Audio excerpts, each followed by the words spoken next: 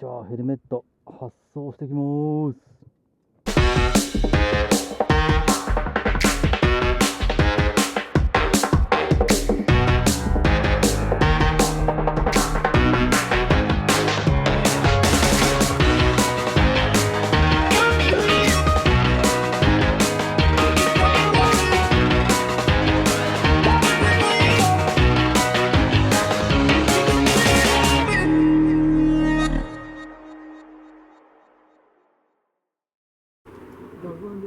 そうです。こ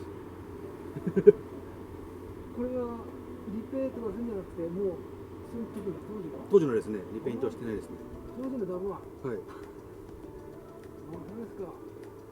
懐かしい。よくありますね。あ、そうなんですね。はいどうも、くわくです。いつもご視聴ありがとうございます。今日の動画はですね、前回ヘルメットプロジェクトを指導っていう動画を上げたんですけれども、そちらの詳細をちょっとお話ししたいと思います。で、前回の動画でヘルメットプロジェクトを指導しますって話でヘルメットを買いに行きました。で、ヘルメットを買ったんですけど、それをちょっとね、今あるところに発送しましたと。で、ちょっと話は遡るんですけれども、この前言っても去年の末ですね、12月に私 GS を買いましたと。BMW の GS を買いまして、GS を買う前にね、ちょっとその GS のことをいろいろ調べるにあたって、YouTube を見てたんですよ。で、YouTube を見てて、ちょっとあるチャンネルを目にしまして、これがですね、GS で世界をツーリング、旅をしている女性ライダーがいまして、で、その方のチャンネルを見てたらですね、その方のヘルメットに目が行きましてですね、これがね、かっこいいヘルメットなわけですよ。で、実際のヘルメットはこちらですね。ね、この白のヘルメットに黒とゴールドのこのコンビネーション、これめっちゃかっこよくないですか？これにちょっとね、恋をしてしまいまして、俺もこんな感じでヘルメットにペイントしたいっていうところで、ちょっと今回のね、プロジェクトを始動させました。なので、ヘルメットも、この方は多分ね、新井のツアークロス4みたいなんですけど、でもツアークロス4は日本ではまだ売ってないらしくて、日本ではツアークロス3までしか売ってないっぽいんですよね。なので、そこはね、ツアークロス3を買って、今、そのペイントしてもらう方のところに送りましたというところの段階でございます。で、正直、この女性の方ですね、チャンネルがオンハーバイク、ブログもやってるんですけど、オンハーバイクっていう、英語でね、オンハーバイクっていうチャンネルでやってるんですけど、そ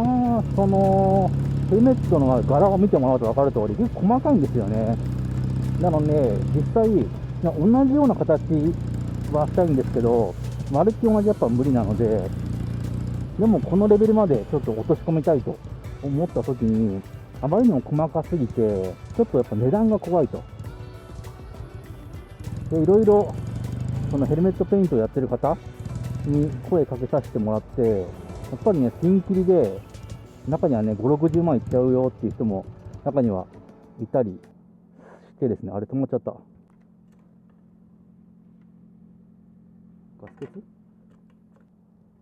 ガス欠っぽいですね。よいしょ。ちょっと端に寄ろうかな。よいしょ。この落ち着きよ、この落ち着き。止まってもね、全然。あれ、どこだっけ？キー。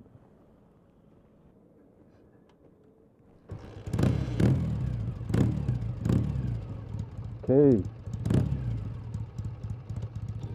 はい、給油終わりました。で、どこで話したっけ？そう。で、見積もりを取るとやっぱり何十万って取る人もいれば、まあ数万でできますよっていう人もいて、まあ、もちろん安い方がいいじゃないですか。まあ、その中でいろいろね、ちょっとなんだろう、絵のタッチとかっていうところを、まあ、見ていって、まあこの人がいいなって思ったのが虹色屋さんですね。まあ、この方は、まあ、ちょっとインスタ上でメッセージ交換してもらって、させてもらって、で、そしたらちょっとまずは打ち合わせしませんかという感じで、ちょっとね、そのデザインの具体性をちょっと詰めていきたいですって話をしてもらってですね、まあ、そのいきなり、なんでしょう、そのデザインについて、ちょっと電話でお話しませんかって言ったのは、まあ、虹色さんだけだったので、ちょっとまあそういうところもあって、ちょっとこの方、信頼できるかなという思いで、はい、この方に依頼させていただきました。で、まあね、大まかなデザインっていうのは、まあ、ある程度決まってきちゃいます。あとはヘルメットを送って、そこから具体的なもうちょっとね、最終の調整をして、まあ、絵に実際描いてもらうみたいな形になって、まあ、ヘルメット届いて、こういう打ち合わせしてからだいたい1ヶ月ぐらいかかるかなというところを言われてましたね。で、まあ実際、オンハーバイクさんに関しては、なんかオーストラリアかなのアーティストさんに描いてもらったっぽくて、ちょっとその方のインスタも見つけたんですけど、まあその方に依頼することはまあなかなか難しいので、今回ね、虹色さんにお願いいたしました。まあちょっと多少ね、値段は高くなっても仕方ないかなと思って、まあ、細かく書いてもらうので、ただし、そのまあお金払って納得いかないものはちょっと作りたくないので、まあ、それなりにね、まあ、多少お金はかかってもいいけど、納得いく、これからずっと付き合っていけるようなヘルメットをちょっと作っていきたいと思っております。でも実際どんぐらいになるんですかね。まあ、10万はいったらびっくりしちゃうけど、そんなにいかないと思うんですよね。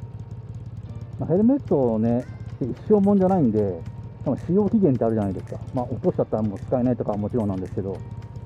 とはいってね、そんなツアークロスにも安くないんで5万ぐらいしますし、そこにペイントで、まあ、5万、6万、7万かけて、10万ちょいかけたヘルメットなので、まあ、極力ね、使用期限気にせず、ずーっとかぶりたいですよね、そういうのは。なので、そういうね、ずーっとかぶっていたいっていうヘルメットを求めてね、ちょっとお金を、まあ、対価としてね、お金を払っていきたいと思いますね。いや、ワクワクっすね。ちょっと今年は、そういうね、ヘルメットとともに、いろんなところ行きたいっすよね。5月にさ、SSTR が開催されるので、ちょっとそれにも出たいと思ってるんですよね。出るとしたら、まあ、一番もちろん GS が楽なんですけど、それじゃちょっとね、つまんないじゃないですか。もう GS で完走したところでみたいな。まあ、一回も走ったことないのであれですけど、GS で完走できるのはまあ当たり前なんですよね。なのでちょっと縛りを設けて、まずダブ案だって、ハーレーはちょっと燃料タンクちっちゃいからめんどくさいんで、やっぱダブルですかね。ダブルで、ちょっとね、なんだろうな、下道縛りで、高速で行ってもなんか楽しくないんじゃないかなと思って、ずっと同じ景色じゃないですか。なので、下道縛りで、まあ、景色を見ながら、道の駅を巡りながら行きたいなーって思ってますね。関東からの SSTR ってどこからスタート地点なのか、まあ、太平洋側の海沿いからスタートなんですけど、でもまあ、埼玉は海ないんで、そうなると、千葉の、まあ、市川とかそっちの方か、まあ、東京湾の若洲公園とかそっちの方面になるんですかね。まあでも、多分出るとしたら、オープンっていうか、土曜日スタートの日程になると思うので、5月の20日か27日だったかな。まあ、私は多分5月20日をちょっと申し込もうかななんて思ってたりします。まあ、抽選ね、多分人がいっぱいだから、なかなか受からないって話も聞くし、まあ、そうなってくると抽選になるのかな。まあ、抽選になったら、まあ、祈るしかないですけどね。いやー、楽しみですね、それは。エントリーが2月の5日なんですよね。それに忘れないようにエントリーして、合格できることを祈りたいですね。行きは下道縛り、帰りはまあ高速でピャーって帰ってくるみたいな感じにしたいですね。で、6月は北海道行きたい。いやー、楽しみがいっぱい。今年はたくさん走りたいですね。あとはね、地元の仲間たちと、ちょっと今年は九州とか四国行きたいなーっていうのを話してるんですよね。まあ、それは多分、ダブルじゃ無理だと思うので、まあ、友人も多分 GS を買ってるので、多分 GS で行くと思うので、ちょっと GS にはちょっとダブルはついていけないかなみたいな。だからそれは GS で行くと思うんですけど、ちょっとね、ロング今年は多めにしたいですね。楽しみだね。やっぱり楽しまないとね、楽しみがないともう、平日仕事頑張れないよ。はい、ということで、このヘルメットプロジェクトの詳細をお話ししましたが、まあ、ヘルメットできてくるのが、来月、再来月ぐらいになるかなと思うので、出来上がったら、ちょっと実際、手渡しでもらいたいなと思っていて、それができれば、まあ、その様子も動画でお伝えしたいと思います。はい、じゃあそれでは皆さん、これから楽しんでいきましょう。バイ。